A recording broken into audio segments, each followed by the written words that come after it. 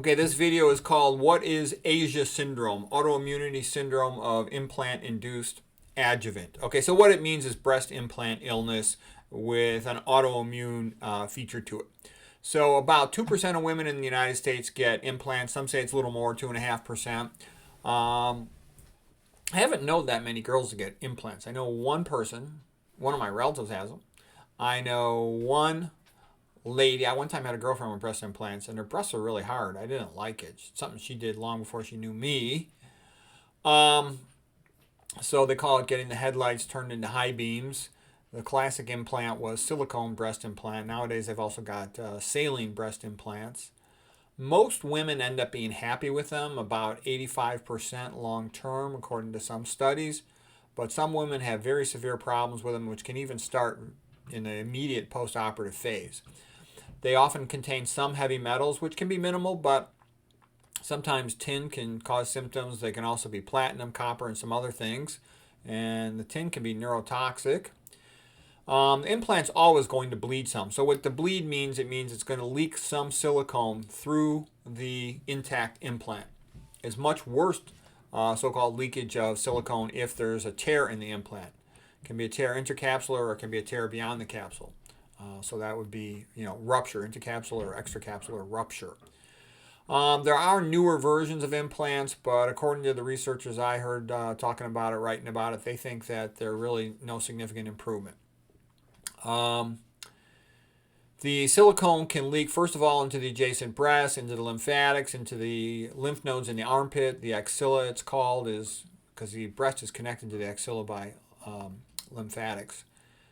The immune system gets hyperactivated by the silicone. Some people used to try to say that silicone was inert. That's not true. Silicone is active and metabolically active, and the immune system reacts to it.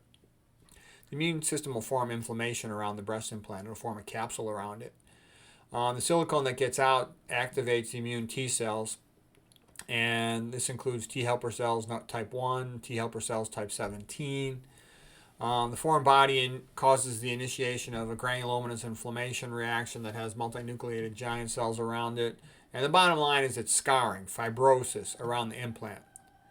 The silicone will be taken up by lymphatics, and again, that can travel to lymph nodes and axilla. And the silicone can even travel farther away in the body. With ultrasound, the free silicone will look like a snowstorm. The best imaging test for implant rupture is an MRI.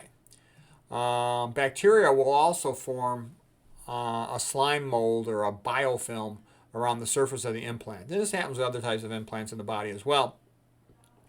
We actually get them around our teeth and our mouth. So anyways, the biofilm sometimes can cause problems.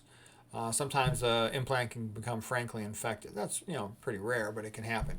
Excess activation in the immune system can cause other problems. It can cause what is called immune system fatigue.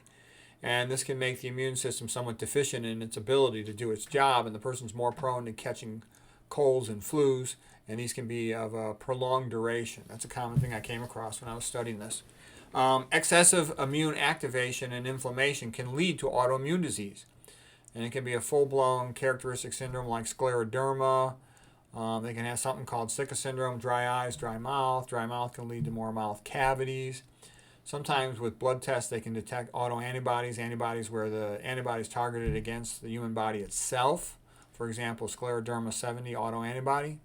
You get other abnormal blood tests in the patients with breast implant illness, like increased ACE levels, angiotensin converting enzyme levels. You get increased SIL2R, that's soluble interleukin receptor 2. And there's even an increased incidence of lymphoma, which is rare, but it can happen. Okay, the plastic surgery literature is actually scandalous. I mean, it really omits the extent and significance of breast implant illness complications. Try to even downplay it. Of course, that's because they get a lot of money from it. Okay, some patients would have migraine headaches, brain fog, prone to dental cavities, fibromyalgia, urticaria, nickel allergy.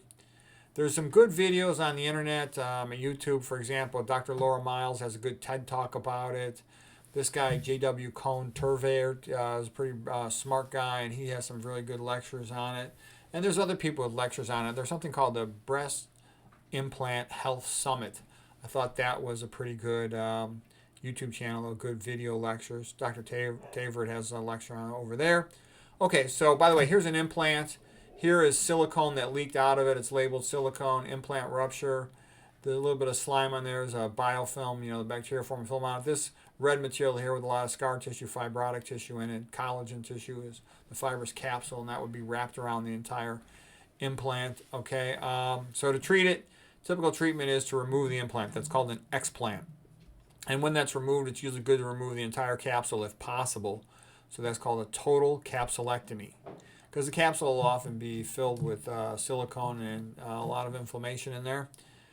It should be sent for culture because sometimes the implant's infected. Dr. Tavert says that sometimes high-dose vitamin D is helpful for these patients because it seems to function as an immune system regulator. In other words, there's less autoimmune disease in the presence of high vitamin D, which he gives orally. Dr. Tavert, he says that when the silicone has gotten into the body more diffusely, like spreading all over the place, he says you can't really remove those little bits of silicone that go all over the place. In some real severe cases of autoimmune breast implant illness, he'll even give the patients prednisone, which is a powerful corticosteroid, or even methotrexate, an even more powerful drug. It's almost like a type of chemotherapy. I almost wonder if taking omega-3s could help in this particular setting if you wanted to actually suppress the activity of the immune system.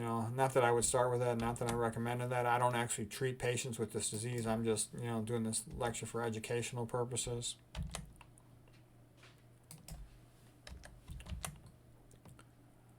Okay, here is MRI of a breast implant. So this is a normal implant in here, and here's a fluid collection that's hyper intense, more bright stuff compared to this sort of intermediate brightness material. So here's a fluid collection around. There could be fluid collections for other reasons. It could be an early postoperative seroma, hematoma. No big deal. Here's when one has ruptured. The outer lining of it is sort of coiling up inside of it. That's called the linguini sign. Here's one where the capsule is contracted, and so if you see the breast implants on the woman externally, they'll look kind of funny because they're scarred in. They'll look like they're obviously fake and scarred. Okay, here's a little bit of a diagram of breast implants, and this is with intercapsular ruptures. So here's the implant, here's the breast glandular tissue, here's the nipple, here's the breast fat, and then here's the muscle below. And you can see that this is looped up like a keyhole, so that's called the keyhole sign. This is from a radiographics paper, same one we just looked at on that last slide. And here's a subcapsular line where the lining is torn and it falls away from the outer capsule of the implant itself. Here's linguini sign where it's a more extensive tear and deformity of the torn material, so it loops up like a piece of spaghetti or linguini. Okay, this is just showing from that article things they talked about, a lot like we talked about, almost just to reconfirm it. Infections, rupture of the implant, gel bleed, leakage through the implant, that's intact. You can get this rare anaplastic large cell lymphoma, which is quite rare, but that is associated with implant rupture and silicone leakage. This is a place that takes care of these breast implant illness patients. And they mentioned that, these are some of the common signs. And I've seen all these things talked about quite a bit in the different lectures I watched. I watched a bunch of lectures about it. So kind of like an autoimmune pattern down here with Sjogren's and other autoimmune diseases, polymyositis, fibromyalgia, for example. And the reason I kind of go through this too is just to make the point, this is another mechanism of autoimmune disease. Is, a foreign body, the breast implant's a foreign body within the human body, and the immune system forms a response to it. And it kind of gets hyper overactivated and can start attacking other things. So anyways, this was breast implant illness, sort of interesting. And usually what do these women end up doing? They end up getting it taken out, hopefully with the entire capsule if that's possible. Sometimes they need additional treatments, including, as he mentioned, Dr. Tavert, he will sometimes give high-dose vitamin D, for example.